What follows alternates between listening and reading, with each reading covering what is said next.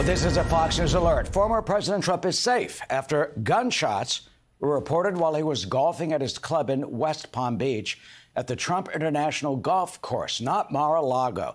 The former president is fine, his campaign says. Those shots were fired in the vicinity of the golf course. We're now waiting for an update from the Secret Service and police about all this.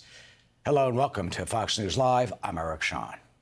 And I'm Marthel Neville. So the Trump campaign did not specify where those shots may have been fired. And this, of course, is coming 2 months after the former president was shot at a rally in Butler, Pennsylvania. And we do have Sean Hannity. Sean is going to join us live right now from your home studio. Sean, unfortunately, we're talking about this very subject today, unfortunately. But what do you know? Have you spoken to the former president? I've spoken to the president, and I spoke to his golf partner, Steve Witkoff, a well-known developer, businessman in Miami in the Palm Beach area. So I got a lot of details. I'm very aware of the New York Post report that said that it was, well, outside of what's called Trump International in West Palm Beach, which is where I am. And anyway, so long story short, is President Trump, they were on the 5th hole, they were about to go up to putt, and the way Steve Witkoff, now, just as a little bit of background, Arthel, I happened to go to breakfast with Steve Witkoff and another friend of mine this morning, and I was invited to play golf. They happen to be really good golfers. I don't have a lot of time to play golf, so I said thank you, but I'm not going to go out on the golf course and get killed out there. But long story short, so they were playing, they were on the 5th hole. And the way Steve described this, the way the president described it, they both had exactly the same story, which was that they heard pop, pop, pop, pop.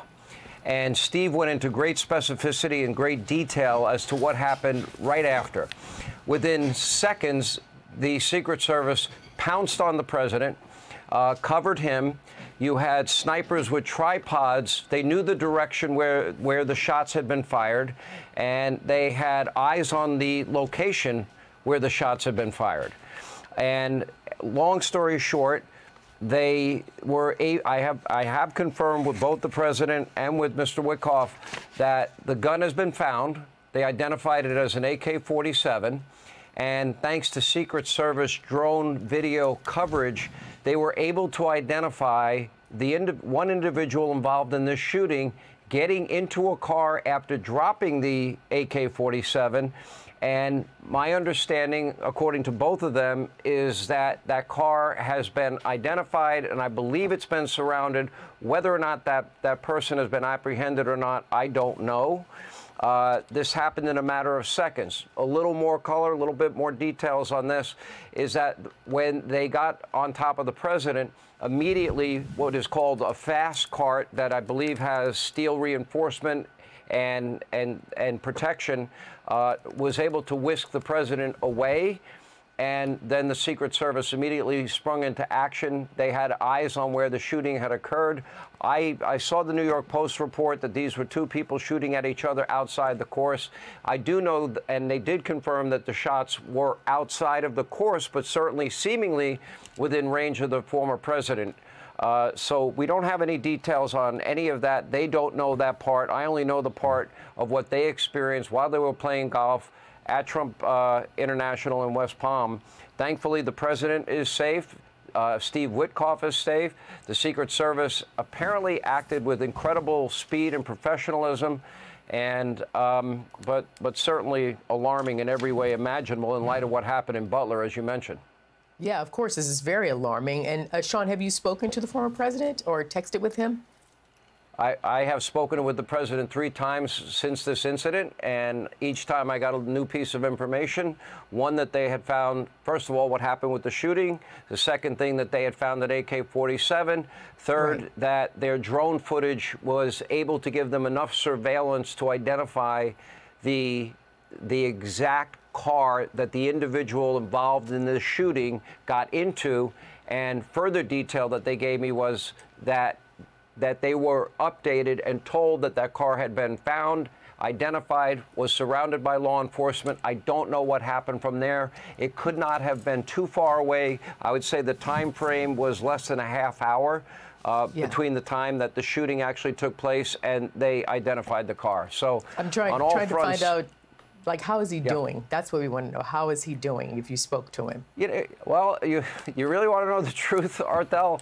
He goes, well, there's more details, because I did hear, and Steve Witkoff was very clear.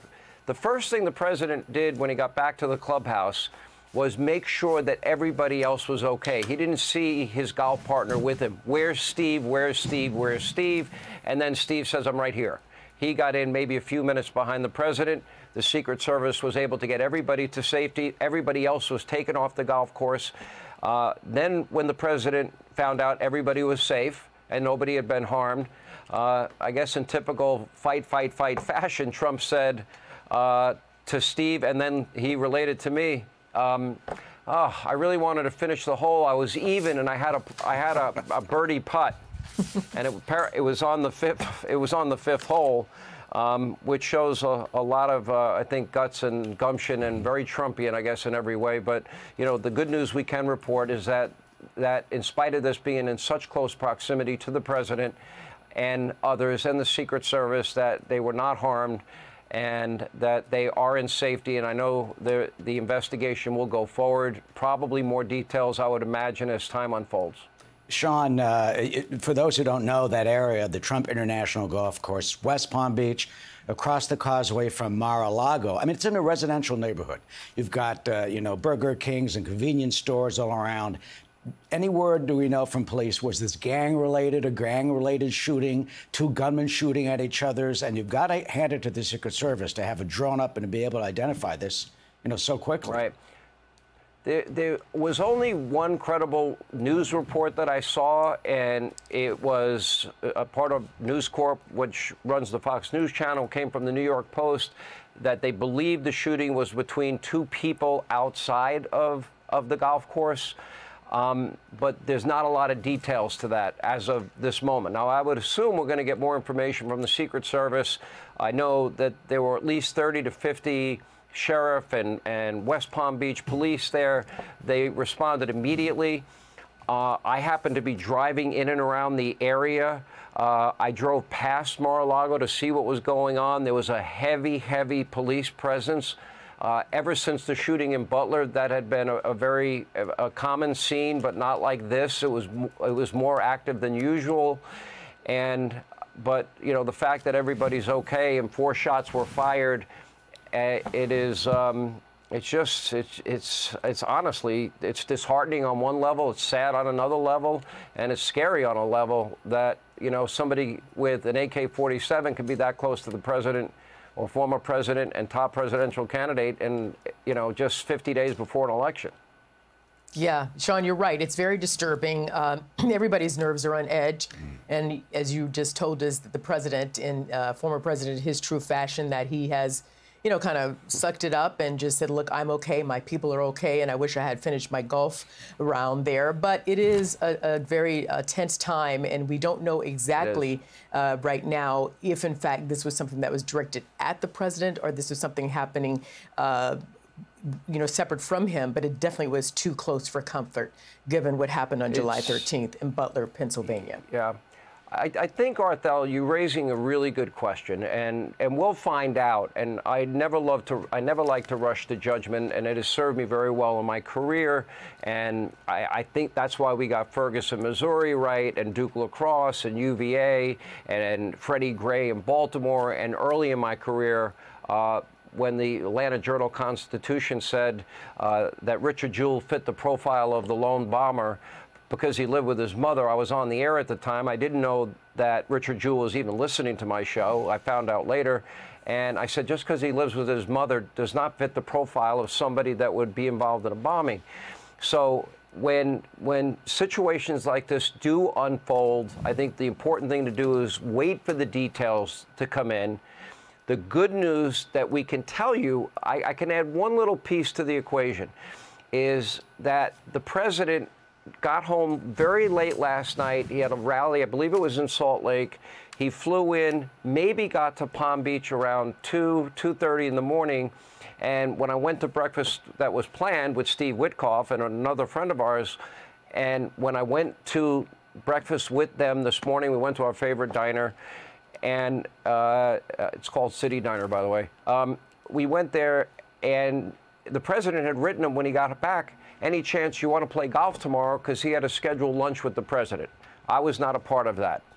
So long story short is that, you know, as of now, we know everybody's okay, but we've got to understand what the perimeter is, in my view, Arthel, which is what you were saying. You know, in other words, I would say we define a perimeter for any elected official, Republican, Democrat, liberal, conservative, I don't care, that it's got to be within any distance of any long, high-powered rifle. That's got to be considered the perimeter going forward. We saw the Democratic senator this week telling America they're going to be shocked and appalled at what we learn about the Butler shooting, and we'll have an interim report coming out maybe this week or next week. And those words are chilling. That's Senator Blumenthal that made those comments. So long story short, I think there's a lot more that we have to find out. I'd like to hear from the Secret Service. I'd like to hear from law enforcement. I feel like a lot of information in the Butler shooting was very slow in coming forward. If this was an outside event, as the New York Post is reporting, fine. Let's get the details of that as well. The American people have a right to know, and we have to certainly re-examine what the perimeter is for any president, any presidential candidate, any high-ranking official, in terms of the distance and the power of a rifle and what it could do. But to hear Steve Witkoff describe, he heard pop, pop, pop, pop, and the Secret Service diving on the president, and he's watching all of this unfold in real time, is a pretty chilling scenario. It must have been really frightening and harrowing. Thankfully, Sean, the president, the former president, is okay. And it kind of reminds me, remember when President Ronald Reagan was shot? His humor, he said, when he was in the emergency room, he said, "Honey, I forgot to duck," for the former president to say, I couldn't finish my fifth hole. Certainly authorities will find out what happened here, and if this indeed is a street crime. He said that directly to me, Eric. He said, well, and then Steve Witkoff confirmed it. Once he knew everybody was safe, his first priority, he was in a bit of a panic about where's Steve, where's Steve, where's Steve. He didn't know what had happened because he had got whisked away in a golf cart that moves like 100 miles an hour. Then Steve is watching these guys on tripods, identifying the location where the shots were fired. And so he's watching that unfold, probably seeing his life flash behind it, before his eyes. Then gets back and he's wondering, okay, where are my friends? Where are the Secret Service agents? The president did go out of his way to praise every one of these agents. Steve did say that he went up to all of them individually, thanked them, shook their hand, told them how much he appreciated them. And then he went to the, I was even. It was the fifth hole. I had a birdie putt. I really wanted to finish the hole. So, well, classic Trump, if you ask me. Well, we're happy that, as of now, this is a good note to end on. But as you said, Sean, the investigation definitely will continue. And, of course, we here at Fox will have all the details as we get them. Sean, thank you. All right. Sean, good to see you. Thank you. Thank you. Good to see you guys. Absolutely.